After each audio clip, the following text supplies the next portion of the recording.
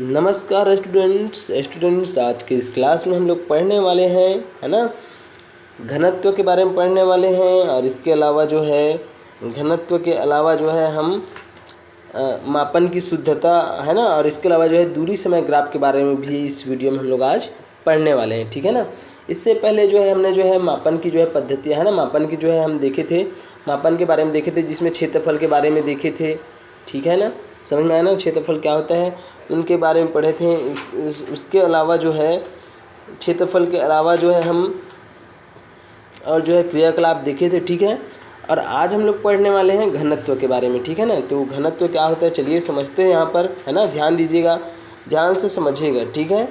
तो देखिए, जैसे कि सबसे पहले उदाहरण के रूप में हम देखते हैं। यहाँ पर देखिए, आपको चित्र में दिखाई दे रहा होगा, एक जो है यहाँ पर एक सघन वन दिखाई दे रहा है। क्या दिखाई दे रहा है? सघन वन। और दूसरा जो है विरल वन। ठीक है ना। तो यहाँ पर देखिए, अगर कोई जो है सघन वन है, इसका मतलब क्या है? सघन वन है इसका मतलब जो है यहाँ पर जो है बहुत अधिक क्या होंगे? पेड़ पौधे होंगे, बहुत ज़्यादा जो है पेड़ होंगे। ठीक है ना, पेड़ पौधे होंगे। सघन वन है तो बहुत ज़्यादा पेड़ पौधे होंगे। मतलब इनके जो है प्रत्येक जो इकाई की बात करेगा, अगर हम इकाई जगह की बात करें, है ना, इकाई क्षेत्रफल की बात करें तो इनके इकाई क्षेत्रफल में क्या होंगे? पेड़ों की संख्या जो है क्या होंगे? अधिक होंगे। ठीक है। जबकि ये वाला जो विरल वन है, इसमें जो है इनके इकाई क्षेत्रफल में क्या होगी? पेड़ों की संख्या क्या होगी? कम होगी। कहने का मतलब क्या है? कहने का मतलब ये है, देखिए यहाँ पर जो है बहुत ज़्यादा जो है क्या होंगे? यहाँ पर पेड़ ही पेड़ है, यहाँ पर एक यहाँ पर है, फिर बीच खाली है, फिर यहाँ पर है, ऐसा। ठीक है ना। तो यदि क्या होता है, तो इस प्रकार से क्या होता है यहाँ पर, यदि हम समझते हैं तो यहाँ पर देखिए, समझिए क्या होगा कि जिस चित्र, जो पहला जो चित्र है, जैसे कि ये वाला चित्र है ना, ये वाला, तो ये वाला जो पहला जो चित्र है, इसमें आप देखिए, इसमें जो पेड़ जो है वो जो है सघन वन होने के कारण से बहुत पास पास में है। और पास में होने के कारण से जो है इनके प्रति इकाई क्षेत्रफल में, है ना, प्रति इकाई क्षेत्रफल में पेड़ों की संख्या क्या होती है? अधिक होती है। और जबकि जो विरल वन जो है ना, जो विरल वन जो है उसमें क्या होती है? प्रति इकाई क्षेत्रफल में वनों की संख्या क्या होती है? कम होती है। ओके, समझ में आ रहा है ना। तो इसी से जो है हम घनत्व का जो है क्या करते हैं? अनुमान लगाते हैं ना, घनत्व ज्ञात करते हैं। ठीक है। घनत्व क्या करते हैं? ज्ञात करते हैं। मतलब किसी चीज़ में जो है, कोई चीज़ जो है कितना ज़्यादा जो है घना है, ये जो है क्या कहलाता है? उसका घनत्व कहलाता है। मतलब घनत्व कैसे ज्ञात करते हैं? देखिए, जैसे कि यहाँ पर समझिए, यहाँ पर जो है, यहाँ से समझिए, है ना, मैं समझा रहा हूँ, आप जो है ध्यान दीजिएगा कि जैसे कि मान लीजिए कोई पदार्थ है। ठीक है ना, कोई पदार्थ है, ये जो पदार्थ है ना, अब आप जानते हैं कि कोई भी पदार्थ है क्या होता है? पदार्थ जो है किससे मिलकर के बने होते हैं? पदार्थ जो है अणुओं से मिलकर के बने होते हैं। ठीक है ना। तो एक पदार्थ है जिसमें अणु जो है क्या है? उनके अणु जो है बहुत ज़्यादा क्या है? पास में। ये जो उनके जो कण जो है ना, वो क्या है? बहुत ज़्यादा पास में है। ठीक है। ओके, समझ में आया। और एक जो दूसरा जो पदार्थ है, इसमें इनके कण जो है क्या है? दूर में, कोई यहाँ पर है, कोई यहाँ पर है, ऐसा दूर में। ठीक है ना। तो यदि हम देखते हैं तो ये वाला जो पदार्थ है, इनके कण जो है क्या है? बहुत पास में है। ठीक है। और दूसरा जो कण है, इनके कण जो है क्या है? थोड़े दूर में है। तो इससे जो है क्या प्रभाव पड़ता है? इससे जो है प्रभाव ये पड़ता है कि यदि मान लीजिए ये कण है, तो कण के क्या होंगे? द्रव्यमान भी होंगे ना। और इसमें भी कण है, इनके कणों में भी क्या होंगे? द्रव्यमान होंगे। तो यदि कण पास में हैं तो उनके द्रव्यमान क्या होंगे? ज़्यादा होंगे। और यदि कण जो है दूर में हैं तो उनके द्रव्यमान क्या होंगे? उनके द्रव्यमान जो है कम होंगे। इसका मतलब क्या हुआ? इसका मतलब ये हुआ कि जो पदार्थ जो है ना, जो पदार्थ हैं जिनके कण क्या होते हैं? जिनके कण जो है बहुत ज़्यादा जो है पास में होते हैं, जिनमें कणों की संख्या क्या होती है? अधिक होती है। तो इसका मतलब ये है कि ये जो पदार्थ है, इनके इकाई आयतन में, है ना, इनके जो है इकाई आयतन में कणों की संख्या जो है क्या होती है? इकाई आयतन में कणों की संख्या ज़्यादा होती है। और इसके साथ साथ जो है ये इनके जो कण जो होते हैं, उनका द्रव्यमान भी क्या होता है? उनका द्रव्यमान जो है भिन्न स्थानों पर भिन्न होते हैं। तो भिन्न कहने का मतलब क्या है कि यहाँ पर जो है कण जो है बहुत पास में है और बहुत ज़्यादा है। इस कारण से इनका द्रव्यमान क्या होगा? ज़्यादा होगा और इनका द्रव्यमान क्या होगा, कम होगा। ठीक है ना। इससे हमको ये पता चलता है कि इनका घनत्व क्या है, ज़्यादा है, इनका घनत्व क्या है, कम है। तो चलिए समझते हैं यहाँ पर घनत्व को। घनत्व बराबर क्या होता है यहाँ पर समझते हैं। किसी पदार्थ के इकाई आयतन के द्रव्यमान को उस पदार्थ को क्या बोलते हैं, घनत्व बोलते हैं। क्या बोलते हैं, घनत्व। किसी पदार्थ के इकाई आयतन के द्रव्यमान को उस पदार्थ को क्या बोलते हैं, घनत्व बोलते हैं। जैसे कि मान लीजिए ये एक बड़ा सा क्या है, ये एक पदार्थ का टुकड़ा है। ठीक है ना। ये एक पदार्थ है, इस पदार्थ का हम छोटा सा इकाई टुकड़ा लेते हैं। यहाँ पर देखिए, ये यहाँ पर छोटा सा इकाई टुकड़ा लेते हैं जिसकी आयतन कितनी है, इकाई आयतन है ना।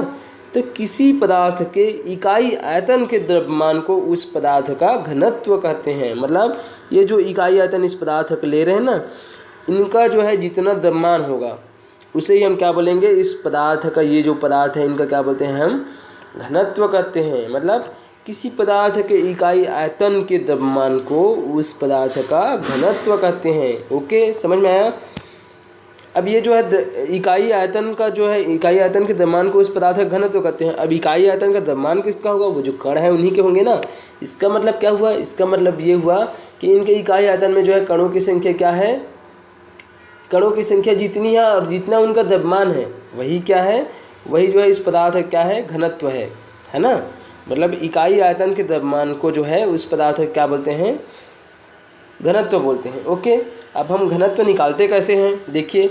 घनत्व को जो है, हम घनत्व को दर्शाते हैं डी से। किससे दर्शाते हैं, कैपिटल डी से। डी मतलब होता है डेंसिटी। ओके, और जो घनत्व का एसआई मात्रक जो होता है वो होता है किलोग्राम प्रति घन मीटर। क्या होता है, किलोग्राम प्रति घन मीटर। ओके, और इसको हम निकालते कैसे हैं, तो चलिए हम लोग जो है इसका सूत्र देखते हैं। घनत्व बराबर होता है द्रव्यमान बटा, घनत्व बराबर होता है द्रव्यमान बटा आयतन। क्या होता है, आयतन। यदि किसी पदार्थ का आपको जो है द्रव्यमान मालूम हो और आयतन मालूम हो तो आप क्या ज्ञात कर सकते हैं, आप जो है उनका घनत्व ज्ञात कर सकते हैं। ठीक है, तो घनत्व बराबर क्या हुआ, घनत्व बराबर जो है द्रव्यमान बटा आयतन। ओके, द्रव्यमान को एम से दर्शाते हैं, एम मतलब मास, और आयतन को जो वी से दर्शाते हैं, है ना। Okay, volume.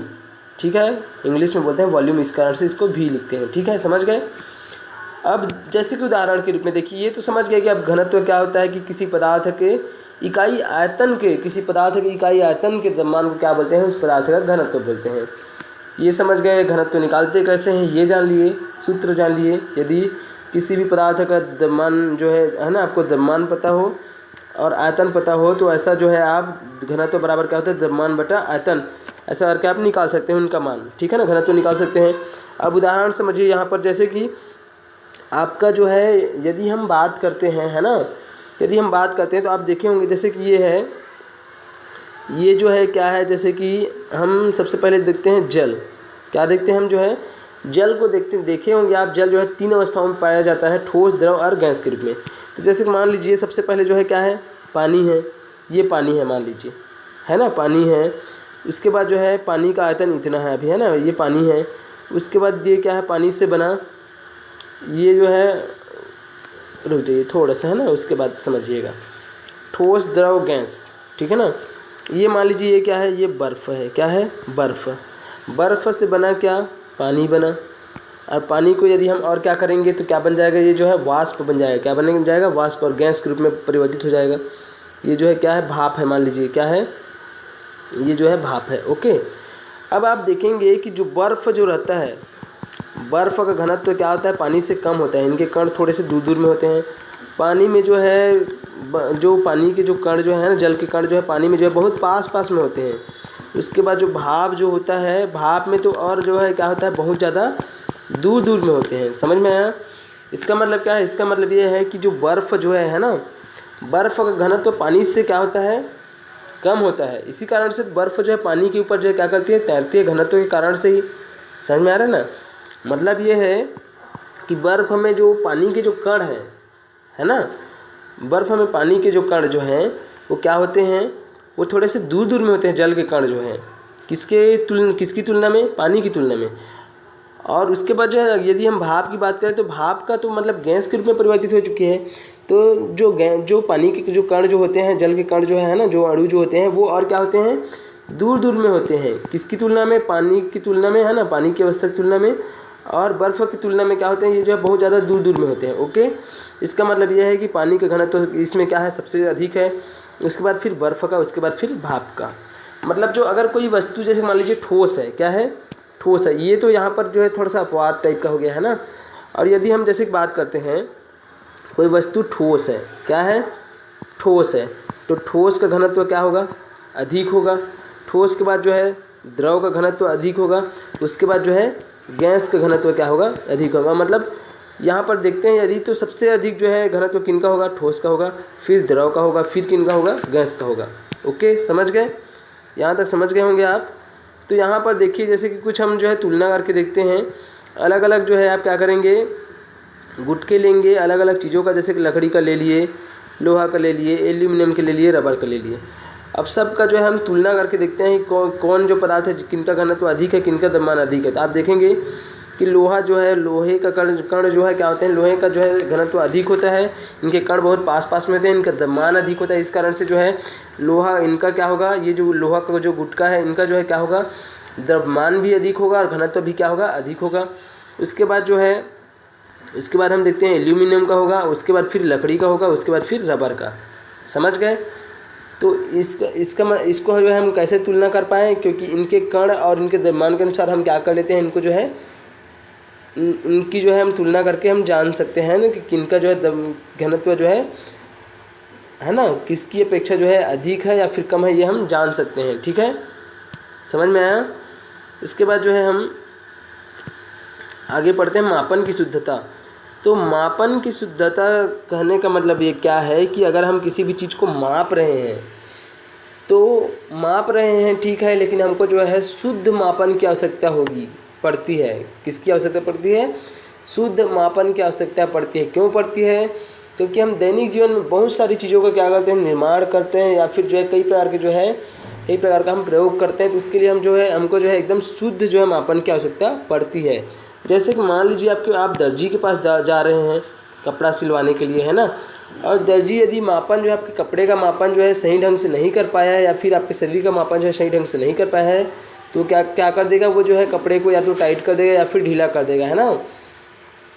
तो इस प्रकार से जो है हम देखते हैं, तो कई प्रकार का जो है कई उदाहरण हमारे सामने हैं, है ना, जिसमें हमको जो है मापन की एकदम शुद्ध मापन की आवश्यकता पड़ती है। चलिए देखते हैं इसमें क्या क्या दिया है बुक में, है ना। जैसे कि यहाँ पर दिया है विज्ञान और प्रौद्योगिकी के युग में शुद्ध और यथार्थ मापन की नितांत आवश्यकता है ना। तभी जिस हिसाब से जो है वैज्ञानिक युग है ना, तो यहाँ पर जो है प्रौद्योगिकी में और बहुत सारी चीज़ों में, है ना, निर्माण कार्य होता है, तो उसमें हमको जो है एकदम शुद्ध मापन की आवश्यकता पड़ती है। ठीक है, और यदि हम मापन नहीं कर पाते हैं तो उस स्थिति में बहुत जो है हमको जो है क्या हो सकता है, नुकसान हो सकता है। ठीक है ना। जैसे कि देखिए इंजीनियरिंग और वैज्ञानिक कार्यों में महंगी वस्तुओं की खरीदारी में हमें परिशुद्ध एवं यथार्थ मापन की आवश्यकता होती है। वैज्ञानिकों तथा औषधि निर्माताओं के लिए भी रसायनों और औषधियों की द्रव्यमान को यथार्थता से मापने की आवश्यकता पड़ती है। तो आपने देखा होगा जैसे कोई भी रसायन बनता है तो उसमें कोई भी पदार्थ जो है एक निश्चित अनुपात में और निश्चित मात्रा में होते हैं ना, उनका द्रव्यमान जो है निश्चित होता है एकदम से। तो यदि हम उनसे जो है अधिक या कम कर देंगे तो क्या हो सकता है, हमको जो है हानि हो सकती है ना। तो वहाँ पर जो है हमको जो है एकदम से शुद्ध मापन की आवश्यकता पड़ती है। इसके अलावा जो है हम देखते हैं कि कई चीज़ें जो होती है, जैसे कि अगर हम जो है किसी यंत्र की बात करते हैं, है ना, किसी यंत्र की बात करते हैं तो कई जो मशीनें हैं या फिर जितने भी जो यंत्र हैं उनके पार्ट्स को देखे होंगे, उनके पुर्जे को देखे होंगे, वो जो है अलग अलग स्थानों पर क्या होते हैं, बनते हैं। और यदि उस स्थिति में अलग अलग स्थानों पर बनते हैं, यदि उनका शुद्धता से मापन करके जो है उन पार्ट्स को नहीं बनाया गया, तो क्या उस पार्ट को जो है लगाया जा सकता है, जो यंत्र बन रहा है उसमें नहीं लगाया जा सकता, है ना। इसी कारण से जो है हमको जो है एकदम से जो है शुद्ध मापन की क्या पड़ती है, आवश्यकता पड़ती है ना। समझ में आ रहा है ना। जैसे कि आप साधारण उदाहरण ही देख लो, आपका जब घर बनता है तो घर में हम जो है क्या लगाते हैं, खिड़की लगाते हैं, क्या लगाते हैं, खिड़की की आवश्यकता पड़ती है, हम खिड़की लगाते हैं, दरवाजे लगाते हैं, तो ये बहुत सारी चीज़ें हम क्या करते हैं, लगाते हैं। तो लगाते हैं तो हमको जो है शुद्ध मापन की आवश्यकता पड़ती है ना। आप मापते हैं कि कितना जो है, कितना लंबाई कितना चौड़ाई चाहिए खिड़की का, दरवाजे का, ऐसा। यदि जो है घर बनने के बाद जो है आप जो है क्या किए हैं, उसका जो है अच्छे से मापन नहीं किए हैं, तो क्या आप लगा पाएंगे क्या? नहीं, आपके सामने जो है समस्या जो है उत्पन्न हो जाएगी, ठीक है ना। इसी कारण से हमको जो है शुद्ध मापन की क्या पड़ती है, आवश्यकता पड़ती है। ओके। और शुद्ध मापन क्या हम जो है सामान्य ऐसे ही जो है ऐसा जो है अनुमान लगा कर सकते हैं क्या? नहीं। शुद्ध मापन जो है, शुद्ध मापन करने के लिए जो है ना, हमको जो है कुछ ऐसे विशेष उपकरणों की आवश्यकता पड़ती है जो क्या करता हो, उस चीज़ को जो है, उसको जो है किस चीज़ को जिसको हम मापना चाहते हैं उसको क्या करता हो, शुद्धतापूर्वक जो है उस राशि को माप सकता हो। हमको ऐसी जो है उपकरण की आवश्यकता पड़ती है, ठीक है ना। जैसे कि उदाहरण के रूप में देखते हैं, जैसे कि हम दूरी को मापना चाहते हैं, तो दूरी को मापने के लिए हम जो है मीटर स्केल का उपयोग करते हैं। किसका उपयोग करते हैं? मीटर स्केल का, ठीक है ना। लेकिन जो है हमको अलग अलग चीज़ों को मापने के लिए अलग अलग चीज़ों की आवश्यकता पड़ती है। जैसे कि दूरी को जो है हम शुद्ध रूप में मीटर स्केल में माप सकते हैं, किंतु क्या मोटाई को जो है हम इसमें जो है शुद्ध रूप में जो है मीटर स्केल की सहायता से माप सकते हैं क्या? नहीं माप सकते। तो मोटाई को जो है हम शुद्ध रूप में जो है नहीं माप सकते। इसके लिए जो है हमको जो है स्क्रू गेज की आवश्यकता पड़ती है। स्क्रू गेज जैसे उपकरण की क्या होती है, आवश्यकता पड़ती है, ठीक है ना। इससे हमको क्या पता चलता है? इससे हमको पता चलता है कि हमको जो है अलग अलग चीज़ों की मापन करने के लिए, है ना, अलग अलग राशियों को मापने के लिए जो है हमको जो है अलग अलग उपकरण की क्या पड़ती है, आवश्यकता पड़ती है, ठीक है। समझ में आया यहाँ तक? तो ताकि जो है, और हम ऐसे जो है उपकरणों का उपयोग क्यों करते हैं? ताकि हम जो है क्या कर सके, हम जो है जो त्रुटियां जो है ना, मतलब उनकी जो है अशुद्धियों से जो है, मापन की अशुद्धियों से हम बच सके, मापन को जो है शुद्ध तरीके से कर सके। इस कारण से हमको जो है ऐसे जो है विशेष उपकरणों की आवश्यकता पड़ती है, ठीक है ना। हम अलग अलग चीज़ों के लिए बहुत सारे अलग अलग जो है मापन के जो उपकरण हैं उनका उपयोग हम करते हैं। समझ में आया? तो मापन की शुद्धता क्या होती है? मापन की शुद्धता, है ना, मतलब किसी भी चीज़ को जो है उनको मापने के लिए जो उपकरण बना हुआ है, जो यथार्थता पूर्वक उसको जो है वास्तविक रूप में शुद्ध रूप में माप सकता है, तो उनके उपकरणों का जो है क्या करना, उपयोग करना। और उपयोग के आधार पर उनको जो है किसी चीज़ को जो है शुद्धता पूर्वक मापन करना ही क्या कहलाता है, किसी चीज़ को जो है मापना क्या कहलाता है, शुद्धता पूर्वक मापन। ओके, समझ में आया? उसके बाद हम आगे देखते हैं। यहाँ तक समझ गए होंगे हमको जो है शुद्धता पूर्वक मापन की आवश्यकता क्यों पड़ती है। उसके बाद हम दूरी समय ग्राफ देखेंगे। क्या पढ़ेंगे? दूरी समय ग्राफ, ठीक है ना। तो दूरी समय आप जो है ग्राफ देखे होंगे। ग्राफ आप जो है अभी जो है पत्ती का जब हम उपयोग किए थे मापने के लिए, क्षेत्रफल मापने के लिए, है ना, तब भी हम ग्राफ पेपर का यूज किए थे। आप ग्राफ देखे होंगे कैसा होता है ग्राफ, है ना। तो जो ग्राफ जो होता है वो किसी भी चीज़ को जो है सरल तरीके से समझाने में क्या होता है, हमारे लिए जो है कारगर जो है साबित होता है ना। जैसे कि यहाँ पर देखिए कि कोई एक कार है ना, एक कार है, वो कार क्या कर रही है, कोई कार जो है गति कर रही है। वो जीरो समय में जो है 0 किलोमीटर क्या होती है, जाती है। 1 मिनट में 1 किलोमीटर, 2 मिनट में 2 किलोमीटर, 3 मिनट में 3 किलोमीटर और 4 मिनट में 4 किलोमीटर, 5 मिनट में 5 किलोमीटर ऐसे जाती है। इसका मतलब यह है कि वो हर 1 मिनट में हर 1 किलोमीटर को क्या कर रही है, तय कर रही है। तो इसका जो है हम ग्राफ के द्वारा हम इसको कैसे दर्शाएंगे, तो चलिए देखते हैं। तो सबसे पहले जो है आपको क्या करने की आवश्यकता होती है, जब भी आप ग्राफ दर्शाते हैं तो सबसे पहले आपको आवश्यकता होती है कि आप जो है ग्राफ में हमेशा 2 अक्ष होता है। एक जो होता है ये वाला एक अक्ष हो गया, एक अक्ष ले लिया हम इसको, और ये वाला जो है इस साइड को हम जो है क्या ले लिए, इसको हम y अक्ष ले लिए। क्या लिए y अक्ष, 2 अक्ष हो गए। और ये जो रहता है बीच का जो है, इस बिंदु को जो बोलते हैं जीरो वाला को, इसको बोलते हैं मूल बिंदु। क्या बोलते हैं? मूल बिंदु। ओके। उसके बाद जो है हमको क्या चीज़ की आवश्यकता होती है, सबसे पहले जो है हम देखते हैं कि हम किस किस चीज़ को जो है कहाँ जो है दर्शाना चाहते हैं। जैसे कि हम जो है समय को हम ये जो है एक अक्ष है, इस साइड जाएंगे तो ये क्या है, एक अक्ष है। तो एक अक्ष में जो है हम समय को दर्शाना चाहते हैं, इसलिए हम क्या कर दिए, यहाँ पर समय लिख दिए। y अक्ष में हम दूरी को दर्शाना चाहते हैं, इस कारण से जो है दूरी को लिख दिए, ठीक है ना। उसके बाद हम देखेंगे इसका जो इनके जो खाने हैं, इनकी जो खाना है ना, ये जो देखिए ये जो है 1 सेंटीमीटर 2 सेंटीमीटर 3 सेंटीमीटर ऐसा, ये जो खाने हैं इनको क्या कर देते हैं हम डिसाइड कर देते हैं कि कितना खाना बराबर कितना, ठीक है ना। तो इधर हम पैमाना तय कर देते हैं कि 1 सेंटीमीटर बराबर, देखिए यहाँ से यहाँ तक 1 सेंटीमीटर है, ठीक है। तो 1 सेंटीमीटर बराबर कितना होगा, 1 सेंटीमीटर बराबर 1 मिनट, ये हम तय कर दिए 1 मिनट होगा। उसी प्रकार से इस साइड हम तय कर देते हैं, इस साइड कि 1 सेंटीमीटर बराबर कितना होगा, 1 सेंटीमीटर बराबर होगा 1 किलोमीटर, कितना होगा 1 किलोमीटर। ये हम क्या कर दिए, पैमाना तय कर दिए। उसके आधार पर जो है हम धीरे धीरे क्या कर दिए, यहाँ पर जो है इस साइड बढ़ते हुए जो है समय के अनुसार, मिनट के अनुसार हम लिख देते हैं 1 minute 2 minute 3 minute 4 minute 5 minute ऐसा। उसके बाद इस साइड भी क्या कर देते हैं 1 minute 2 minute 3 minute 4 minute 5 minute ऐसा लिख देते हैं, ओके। उसके बाद हम देखते हैं ये सब लिख लिए, तो हम जो है इसमें जो है हम क्या कर लिए, पैमाना जो है अंकित कर लिए। इस साइड समय है, इस साइड समय है और इस साइड क्या है, दूरी है, ओके। पैमाना तय कर लिए। अब हम देखते हैं उसके बाद जो है हम पैमाना को जो है क्या करते हैं, इसमें जो है बिंदु के रूप में अंकित करते हैं कितना कितना दूरी चली। देखिए यहाँ पर 0 में जो है 0 समय में 0 किलोमीटर दूरी तय किया था ये कार जो है ना। उसके बाद 1 मिनट में जो है 1 किलोमीटर तय की, 2 मिनट में 2 किलोमीटर और 3 मिनट में 3 किलोमीटर ऐसा। तो चलिए हम भी कर देते हैं। तो देखिए सबसे पहले हम यहाँ पर देखते हैं,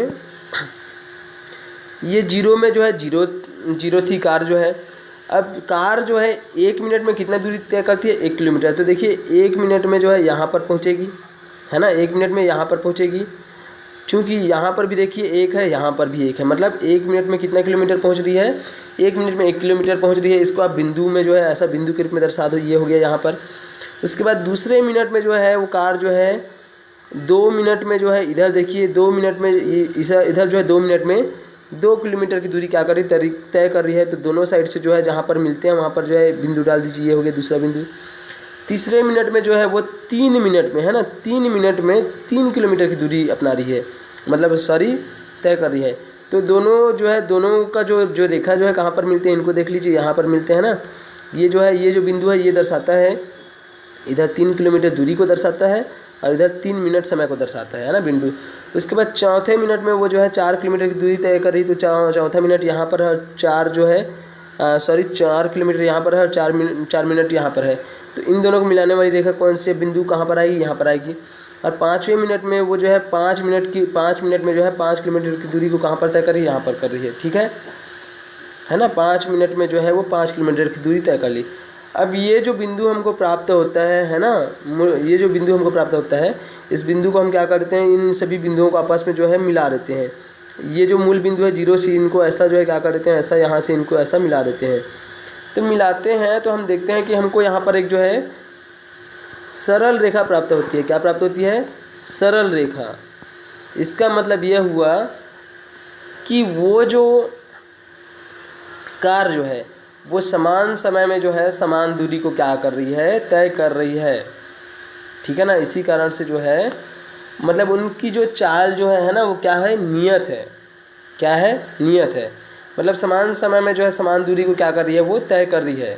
इसी कारण से तो ग्राफ में जब भी सरल रेखा प्राप्त होता है समय दूरी ग्राफ में, इसका मतलब है जो भी चीज़ें वहाँ पर चल रही है ना, गति कर रही है, वो क्या कर रही है, वो जो है समान समय में जो है समान दूरी को क्या कर रही है, तय कर रही है। देखिए 1 मिनट में जो है 1 किलोमीटर तय की, 2 मिनट में 2 किलोमीटर, 3 मिनट में 3 किलोमीटर ऐसा चल रही है ना कार जो है। इसी कारण से हमको क्या प्राप्त हो रही है, यहाँ पर सरल रेखा प्राप्त हो रही है, ओके। इसका मतलब ये है इनका जो चाल जो है वो क्या है, इनका चाल जो है वो, ये जो है इनका चाल जो है वो क्या है, नियत है। वस्तु का चाल क्या है, नियत है, मतलब किसी भी जो है समय के सापेक्ष इनका चाल बदल नहीं रहा है, बल्कि जो है क्या हो रहा है, ये जो है समान समय में जो है समान दूरी को क्या कर रही है, तय कर रही है, ओके। इस प्रकार से जो है आप क्या कर सकते हैं, समय दूरी ग्राफ जो है बना सकते हैं। कैसे बनाते हैं देख लिया आपने, ठीक है ना, समझ गए। इस प्रकार से आप क्या कर सकते हैं, समय दूरी ग्राफ के द्वारा जो है आप क्या कर सकते हैं, ग्राफ के द्वारा समय दूरी जो है, समय दूरी के आधार पर आप जो ऐसा ग्राफ बना सकते हैं, दर्शा सकते हैं, ठीक है। समय दूरी ग्राफ क्या होता है समझ गए। उसके बाद आगे जो है नेक्स्ट क्लास में पढ़ेंगे। तो आज के लिए बस इतना ही।